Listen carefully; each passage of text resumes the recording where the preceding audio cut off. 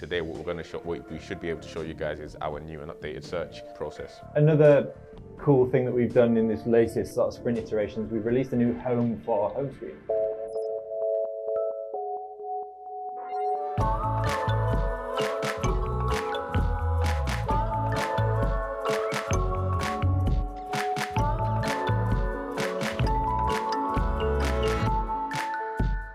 We're going to be talking a little bit about Pulse today, what's on the platform and what we've been up to lately. So, yeah, Tunde, how you doing, man? You alright? I'm good. Good to be back. It's been a long season, but good to sort of have a nice little overview of all the things we've done. So excited. So I guess first of all, we're going to take a look. We're going to show you a short video actually of how we are doing.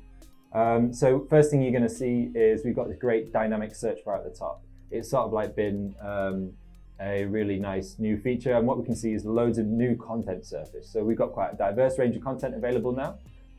Reports, brands, home screen episodes. You're watching one of these, it will probably end up on the platform. And then you can see also we've got a new subscriptions feature, so we can surface your subscriptions in a carousel on the homepage. That includes the ability to toggle on and off different bits of functionality, different brands, that kind of thing. And also, what else have we got? So off the back of that, take a step back from the subscription button itself, we included a new subscriptions panel. Yeah. So what that allows you to do is, as you subscribe to stuff, when you jump onto the homepage, immediately off the bat, within the first sort of view height, yeah, you get relevant information in your face, either like big like hero image, then right underneath that, relevant information that you subscribe to. And I think that's something that we're tirelessly working to try and like make sure that, like I said, we've got 2,500 journeys on the platform. Yeah. It'll be foolhardy of us to expect you to kind of like sift through all of that. So we're trying to make sure we make it as easy as possible for you guys to get the information you want. So please guys, subscribe, use our accounts page. We also send out newsletters every week as well. So just to make sure you guys are always kept in the loop consistently as well. Yeah, so if you've got any feedback on that, what your thoughts are, then make sure you do either, drop us a line in intercom or send us an email. We'll include the details for that. But any feedback on that sort of stuff is super helpful and super useful for us. So that's a really cool thing. So another cool thing that we've done in this latest sort of sprint iteration is we've released a new home for Homescreen. Home was sort of existed on this page, which I'd kind of hastily thrown up, and it sort of looked a bit rubbish. And so what we've done is we've actually built that functionality into Pulse, and then but we've got everything on there, and so you can go back all the old episodes, see what we've been up to, and here's. Just wanted to highlight like 4 old videos on Homescreen that we've been working on, which have been really cool. The one I wanted to highlight was Anna Money. We managed to get the head of design in as well, and real good chat we had there. I think just because their particular proposition is a bit of a weird one, just because I've personally never been a big fan of chatbots, but to see somebody like dedicate a lot of their time to making it a much less strenuous endeavor, and to build an entire proposition around it was really cool. I mean, they've also had like a big old thing with the cars, didn't they? Which like created a load of hype around it. And even before I get into that, talking to the head of design, he's been around the game for a while, and it's kind of like interesting to see how he sees this as a design challenge as well.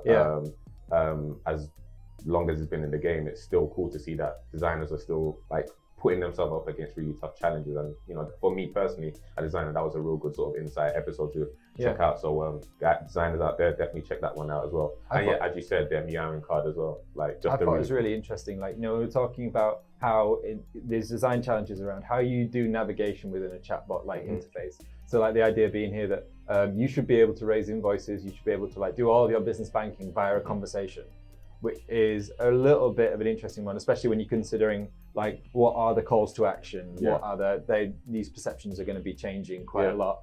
And then just a little bit, we also had a really interesting new video a few weeks ago with Oak North and Moneybox, and that's another interesting one about changing perceptions, because it sort of talks about the idea of like companies don't exist in vacuums anymore. These have got these interlinking networks between sort of, in this instance, it was Oak North who were backing up the ISA offering, the lifetime ISA offering by Moneybox, which is a really cool roundup style app. The idea there being that you can backstop the sort of the risk that a company like Moneybox will make on their lifetime ISAs with a company like Oak North. And they're doing a great number of like partnerships with different companies, including Monzo, and they're looking to do a load more. So we had Amir Nuriala on, who was their CSO, and we also had one of the co-founders of Moneybox, a guy called Charlie. So we were able to sort of see how that partnership worked a little bit, which was really cool. We also, one of the first guests that we had on was a guy called George from Revolut, who was a product owner for their premium service. And aside from being like genuinely massively impressed by that guy, he was nuts good at product. It was just really cool to see how their premium features were being built out, how they were able to sort of think about things from a project system perspective. And then finally, we had a chat to Martin from PensionBee, who is looking after what is one of the most interesting propositions in the UK, like disrupting the pension space. Like, who's doing that? No one. So it was really cool to chat to him. And one of the cool things about that also was that they brought on like an early stage prototype of what their new journey is going to look like. So always a real pleasure to have people coming on and sharing that stuff with us in it. And now what we're going to do in this show is we're going to take a little bit of a look at 3 in particular journeys which have been interesting to us. So I guess the first one we're going to look at is Commonwealth Bank, the Australian bank. And here we go with taking a look at their new navigation. So you can see there the home screen and then a side navigation. And then we can also be taken out into their sort of mobile optimized view of the page. So that's a super short, quick one. But what was really cool and interesting about this journey was that what we can sort of see is that there are 3 styles of content available. 3 styles of design available within the Commonwealth Bank proposition. Commonwealth Bank have introduced, they by their own admission are like trying to meet the challenges faced by all the new market entrants in Australia, but they've introduced this new presentation layer, which is pretty interesting. But one of the problems with it is it's one layer within like a load of different older designs. Did you get the chance to have a look at this? Yeah, so cast your mind back, those who've been sort of loyal Homescreen viewers. Me and Simon had a talk about the Australian fintechs a while back. And since then, I've been singing Up's praises ever since. It's great. Amazing design work, and feel free to check the guys out on Twitter. They're always sort of putting their design thoughts forward. They are really sort of they have taken heed from sort of the UK market. So I think with Commonwealth Bank, what we have here is this good attempt, but to have these like incoherent, inconsistent journeys where all of a sudden, great, like bright yellow home screen, like great sleek designs, nice little card designs there as well. Very, very much what you'd expect of like a well-designed home screen, and then all of a sudden, first you're jumped into their mobile web app, and if you're not jumped into their mobile web app, you're jumped into like an old interface of their app as well. And I think that their kind of doesn't make that a pleasant experience, and makes that very like piecemeal experience for the user. And I think that there is something that I probably wouldn't have launched until I had like a complete journey, complete end-to-end. Or at least some consistency. It doesn't even have to be that. Like, one of the things which were, Commonwealth Bank's been making big noise about how they're going to use like facial recognition technology and all that kind of stuff, which is all like, it's all well and good, but like all I want them to do is just get the basics right, and just get your like design right. And the one thing which they have done, which is this new sort of home screen that you've just seen, it's got like customizable elements. So what you can do is drop like little UI elements in there showing you, and it pushes like reminders for doing your tax form. That's really cool. That's good. That's sort of like useful stuff. And there's a new goals feature, which is cool, and it's nicely designed and it's useful stuff. But like, get everything. You know what I mean? Just don't just rest on your laurels. CommBank is an interesting one from my perspective because, as you alluded to, there's a lot of disruption going on in the Australian market. So they've kind of very closely mirrored open banking legislation here in the UK. They've basically followed it to the letter, what we've done over here. And there's 4 big banks that are sort of ripe for disruption. And as like Tunde mentioned, they had Up, who like, just a minute on like Up's design, like what are they up to? It's like, it's pretty cool, isn't it? What they're up to. I mean, those guys, it's just like from every aspect, it's interaction, it's animations, it's just very slick, like UI, great color choices, very vibrant. I mean, I know they had a bit of back and forth over that that Monzo Coral, but I'm on your side. Don't worry, man. Look, it's yeah. I mean, ginger and always forget those one. It's 86 400. Oh yeah, the numbers. The number one, yeah. I mean, those guys are doing like some great stuff there. But I mean, yeah, like lead a pack for me. Yeah, the design language is so sweet. Yeah. One of the cool things from a product perspective is that they've got like a really nicely designed product roadmap as well. Yeah. And there's nothing more exciting to any product person than seeing a product roadmap that's done really well. And this is sort of like, they call it the tree of up, and they do this like beautifully designed sort of like root system which goes down deep in like display notes on the right hand side. It's just like keeping those guys up to date on what you're working on, and it's so important nowadays, and really no one's doing enough about it, but these guys are really owning it. But anyway, back to CommBank. So we've got this new like sort of like legislation which is closely mirrored on open banking, and they've done well, to be honest. Like they've come out the traps quickly. Like this stuff's not been live for a long time. So I don't think we should be that harsh on them based on the proviso that like this is very new for them and they're working on it. But just like, I think don't try and come out the blocks and talk about AI and stuff like that. Like it's just boring. Yeah, I mean, like even if we think about Ryan's really indoctrinating me here, but the jobs that a lot of people who just want a current account, who just want a savings account I mean, like no one cares if I can open it up on my face. Like, I just want to get some. I just want to save some money. I just want to pay stuff with my phone or with my card. Like, it's a really like get the jobs done first before you like start throwing AI at me. These aren't like groundbreaking propositions. We like people just need the bare minimum done first before you kind of like try. It's already like and it's something we're going to get onto a bit later with Moniz. It's already like a very congested market where, although there are like many different propositions, at the face of it, it's all just, I want to put my money somewhere. So it's already hard to like stand yourself out in this market. So for you to kind of like fumble at the first hurdle is, it's not ideal. In the slightest. Well, as you can tell, you like your jobs you've done. We now know as Tunde as the job son. The job son. So when he becomes the job father, I'm not sure. I think there's going to be some sort of brutal battle, isn't there?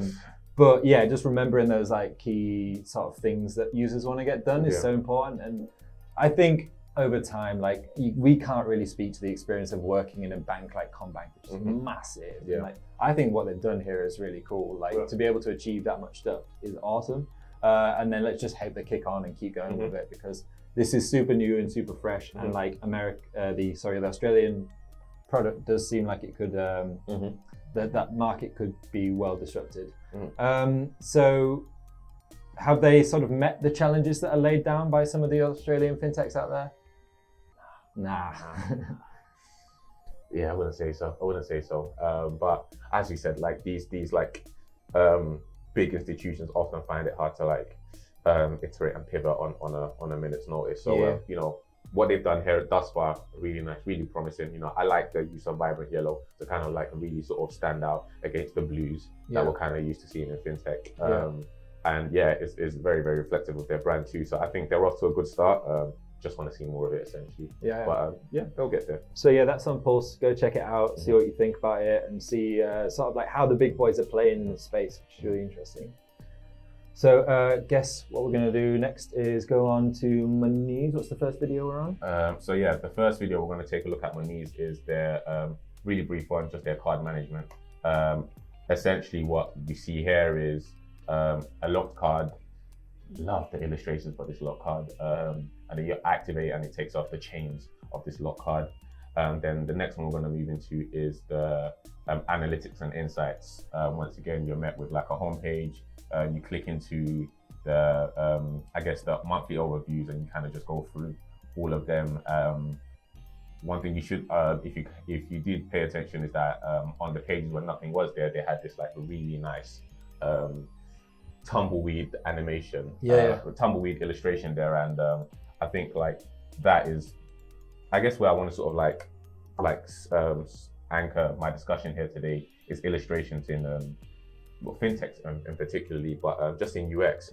When we think of what illustrations are, they are a visual aid to UX. They create visual triggers to like quickly transfer the necessary message, especially in fintech, where essentially what we're doing is like giving like loads of data, you know, what you spent, how much you spent, who you spent it with, what you could do, and what we have seen in the past with like the big incumbents is, you know, just like big like text heavy interfaces, where what we're trying to do now is make it a bit more lighter, make it a bit more friendlier, make it just a bit more pleasant on the eyes. That we see Monzo bring sort of like the brand logos in their transactions feed, you know, just a little bit of illustrative elements there to kind of make this process a lot more pleasant, a lot more easier. And for me, it's really nice because it like sort of like they're visual cues that you sort of would recognize and that do a bit of the work for you. So you don't have to read, you're like looking. And that's sort of two functions, isn't it? One is like to read something is effortful,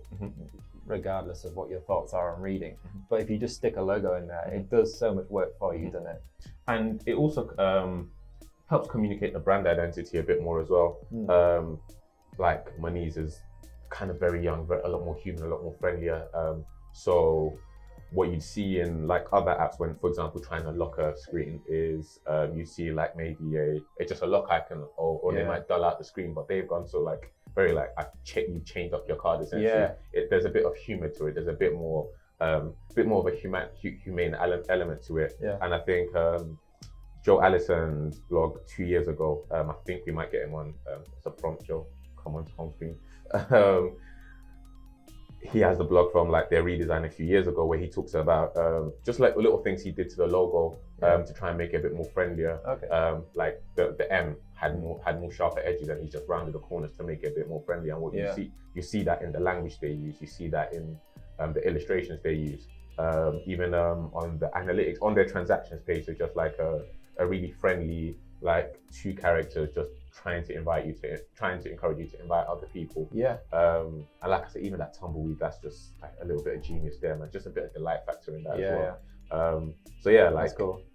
Big fan of them. They do this, one of the things that you just alluded to there, which I think is really nice, is that all the design serves some sort of function. So like there is as you mentioned there's a really nicely designed area about inviting friends. And that is in itself a very mechanical thing. You're doing a thing on it, aren't you? You're inviting a friend to a site, but there's a nice design language around how you would do that, and there is a nice design language about how you would, once you've unlocked your card and like unleashed the chains as it were, then you're prompted to give feedback. You're prompted to like rate your experience. So like there's these contextual peaks and cues which are able to sort of give you the as a user that make you think, oh, how was that experience for me? How would I rate it? And it sort of gives you that sort of nice rounded off feel, as if like you've done a thing and therefore now you either do another thing or you rate how that previous thing went. And it's a really nice way, I think, of basically interpreting for them gathering data, and then for the user being able to say like, oh, I've done this thing now, and it feels like sort of like an occasion, right? Which is super interesting. One thing which was in the news quite recently was that Monese has now got 1 million users, which is cool. They're now basically Europe-wide, I believe. And they've basically ramped up their customer acquisition. I think they're still sort of not going quite as quickly as compared to that N26 and Revolut, but you know, who is? And then basically the idea here being that now Monese have got a responsibility. We know they've got a really striking design which works well in the UK market. I love it. I think it's super playful and fun. But they've got new challenges now. They've got to basically go ahead and figure out how to do design for Europe, not just the UK. Do you think that's going to be a difficult challenge? Yeah. To be honest, because I think we're very, very I won't say stuck in our ways, but we kind of established where like the design components to like talk to the UK market, and we've got like loads of different people who we've tackled loads of different niches, Anna and sort of like their young, vibrant, almost hipster freelance business owners. With European, I don't think we've quite done the jobs to the jobs and the jobs to find out what exactly differentiates a UK customer for a European customer. And even in saying that, like, I mean, Europe isn't just one big like it's not one big homogenous blob. It's one of the problems. Exactly. So problems with its own people, its own cultures, its own sort of like nuances. So intrigued to see what they've done. I know, although small, I know they have released like card designs, like particularly to pertaining to the European market. So I think the UK one's a green card, the European one's a blue one to represent the euro. Its own color. But I think like it goes more than just beyond color changes. So if we ever do get Joe Allison on, once again, Joe come through. Will be good to talk about what challenges they're trying to do, they're facing in trying to break into Europe. There's a super interesting article on Sifted, which is with the sort of like he was then the new general manager of N26 in the UK, a guy called Will, and he was talking about the essential issue, like, you know, the problems of just trying to transfer your own brand over to, and especially with an outpost like N26 UK, which is like they're entering into a saturated market and they've got to try and find a way to carve out a niche. And he was saying like their problems are not problems, but the things that they have to think about are mainly marketing based. These are sort of marketing questions around what tone of voice do you use? What is the right tone for a German market will not be the right tone for an English market. And I guess this is one of the things that Monies will be coming across all the time as well, is that they're translating very English sensibilities and senses of language and design, and they're trying to put that into a European market. And I think the person who learns the quickest from this sort of series of exercises is going to do the best. So that's, it's a really interesting one, isn't it? What's the sort of, their onboarding's pretty good, right? So just on that note, me and Clouston recently did a bit of an benchmarking exercise, which they've actually scored pretty high in terms of their ease of getting through their onboarding, the amount of pages you have to go through. I won't sort of tell them who we onboarded against, but it was against some of the big competitors, and Monies have managed to have like some of the lowest clicks, lowest required fields as well, and this lowest amount of second lowest amount of pages you need to go through in order to get the journey done. So as well as like great visual interface, like amazing UX has gone into, a lot of UX consideration has gone into it as well. So it's like lowering that cognitive load is so important, isn't it? Especially in a market as saturated as this one, making it as easy as possible is really interesting. So I guess that's a really nice look at sort of what you guys have been interested in from a design perspective over on the Pulse team. And then I guess the final one I wanted to talk about is Alipay, which has been sort of one of the it's a little bit on the older side in our platform, but it's a really fascinating product. So in this particular Alipay, so Alipay of course being the Chinese mega app, we can see we've just walked through into a easy access savings account. You can see there the rate, and then you click on the button and you can enter from your linked bank account here. I can't remember the name of that bank, to be honest with you. It's ICIB or something like that. And then you enter the amount in yen, and then you click on the calls to action below, and it links up your card. It goes to the linked card rather. Alipay being a sort of like payment escrow system on wallet, and then you can sort of see the way that transaction is progressing. For the non-Mandarin speakers among us, that means that the payment has been initiated, and then what's going to happen in the next line is a projected date of when that's going to arrive. So that is a really quick sort of fleeting look at how the Chinese sort of it's the biggest fintech app in the world. Like this is the big, and you can see this on Pulse, by the way. You can see how Alipay behaves, how all the functions work. First impressions on the design. It's quite interesting. It's different requirements, right? Like Monies, what you just presented to us is a beautifully designed proposition. It's absolutely stunningly designed. The requirements are different though. And like, obviously we can't speak for people in China, but like, it still works for us, right? This design, and it must do for Alipay. Yeah, I mean, it gets the job done. You get bright colors. You've got what it needs to get done. As you're doing a savings goal journey at the end of the day. You know, you don't need to be delighted or. Well, I mean, it would be nice, but you don't need to be delighted. But like, what interests me, even on that note, like what you have throughout the rest of the app is a lot of like bright animations, illustrations. So heavy animations and illustrations, and so even in saying what I initially said, I guess I am somewhat a bit surprised that we're not visited with a bit more. We're not shown a bit more delight factors, illustrations, just because. And even like, so I've got a Huawei, and like, trust me, they do not skip back on the emojis or the animations or like the really like the character designs, just to kind of like really like delight people. So I think that is a thing in the Chinese market. Sure. So to not see this in this journey is a bit missing, but it's functional, but it's extremely functional, and that's one of the interesting things. On that design point, you can check out other examples of sort of Alipay product functionalities. So stuff like they have the ant farm area, which is sort of like focused towards the younger generation, really getting in there early and getting like that what do they call them now? Gen Z? Gen Z. Gen Z. And then they also have a credit facility, and they have like these sort of like, they call them red envelopes in Chinese, Homescreen, which is essentially the ability to generate payments in a traditional Chinese red envelope. The idea there being that you were able to, in China, they've been giving out this whole sort of, the red envelope gifts of money is a traditional thing that's been around for centuries. And so the ability to be able to give out those envelopes, but now they've transferred that over to the digital sphere. So you're receiving these red envelopes on the phone. Is a really nice sort of like cultural touchstone, which has been transfigured into the app.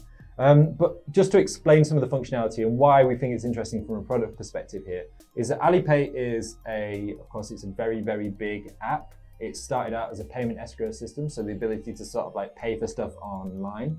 But one of the cool things about this is it's a super high interest rate savings account, which they've got. You can get in and out real easily. And they have this really interesting ecosystem around this idea of saving and credit and that kind of thing, which we'll just walk through now. So you can access credit within the Alipay app really easily via their financial institution. It's called Ant Credit, and they allow you to do they allow you to access credit based on your credit rating. You might have heard of China's credit rating system. This particular version of it's called Sesame Credit, but they also have another version of it, of the more large scale credit system, which is sort of gradually being brought in-house into the state. So that's being trialed in places like in Chengdu in Western China and in Beijing, and they're able to sort of test how state-run credit control mechanisms work. But what they've essentially done is the People's Bank of China were trying to find ways of boosting credit systems in China. What they're finding was that people were more willing to borrow money from family and friends than they were to borrow from the state. And of course, like borrowing from the state is a massively important part of the economy. And they were finding that their growth was slowing based on the proviso that people weren't borrowing money.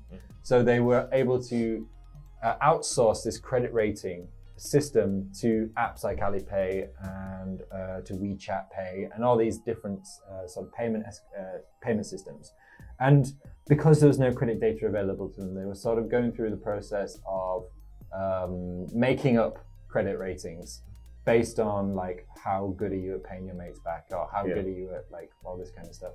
And so in this app, what you can see there is a sort of manifestation of that. User gets credit from Ant Credit. They see their credit rating system based on these activities that are going on, and then they can put money in and out of savings accounts based on that credit rating system. And it's like a continuous cycle. I think it's called screeging, I'm not quite sure.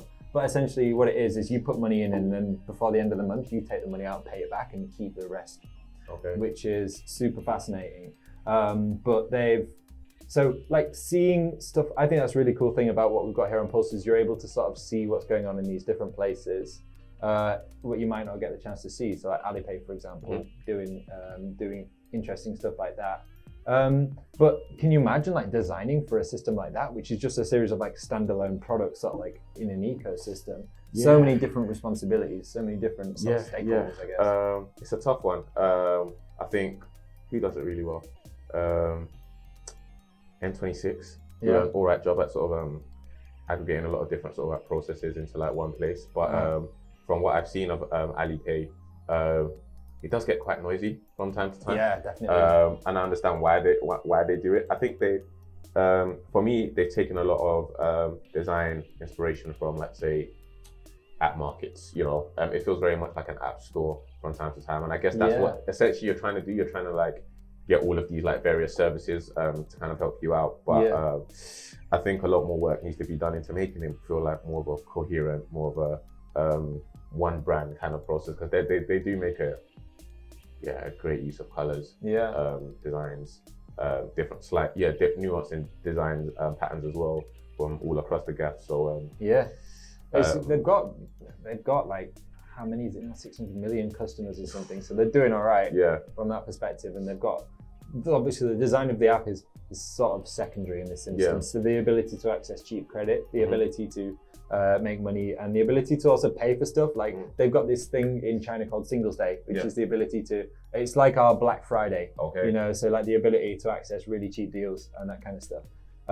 And so it's sort of really interesting from that perspective as what is the priority for them. And like, design is kind of, but it's not. That's actually an interesting point. Like especially when you're taking a look at certain markets, like do they even care about design? Can remember we've had a look at like WhatsApp, the new product going out in India, haven't we? And that's an interesting one as well, because you'd expect WhatsApp, it's Facebook, it's India's 400 million customers, or something ridiculous like that.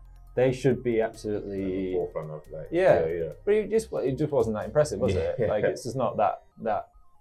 I think it's different requirements from different markets, and what we do know like is basically, even though what we've seen from Monese and what we've seen from Up as well and stuff like that, different markets based on sort of, I guess, the types of people. Australia, I mean, this might be a bit of a stupid thing to say, but like Australians and UK people being more alike than Australians and Chinese people. He said it. I did.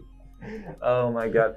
So like the ability to sort of like sell those differences tells you a little bit about those two different markets and how their products work and that kind of stuff is an interesting one. I think that's kind of it now. I don't think I have anything else to say about Alipay, and I don't think you want me to say anything more about Alipay either. But yeah, check that stuff out on Pulse. So what are we kind of working on now? What's the big thing for you coming forward? So Pulse-wise, a lot of it is just trying to make sure that firstly the search thing is successful, a lot more testing, getting in touch with users, and then trying to make sure that our platform becomes useful to design teams, strategy people, innovative people. So I think like our next step, some really exciting stuff that we're working on is, how do you compare brands and journeys against each other? That's something we're really working on. Top secret, so don't tell anyone. But I think that's what's really exciting for Pulse coming up. We're really trying to like push our tool forward to make it as useful as possible, something that you are engaging with on a daily, if not a couple times a week process. But yeah, I think that's us for the next foreseeable future, trying to make our tool much more of a tool and much more useful. We have more utility to like teams in general. For sure. Yeah, sounds good. All right, so yeah, that's all the time we've got for today.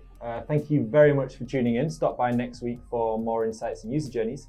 If you want to see more of 11FS Pulse, head over to pulse.11fs.com where you can request a demo. If you've got any questions about the product or want to suggest a journey for us to include on the platform or this show, hit us up at pulse@11fs.com and find us on Twitter at 11FSPulse. Great, and we'll see you next week. Bye for now. Take care. Cheers. Homescreen is a show about all things product and design, where we showcase some of the best examples of user experiences from the 11FS Pulse research platform, which includes over 2,500 user journeys from financial service products around the world.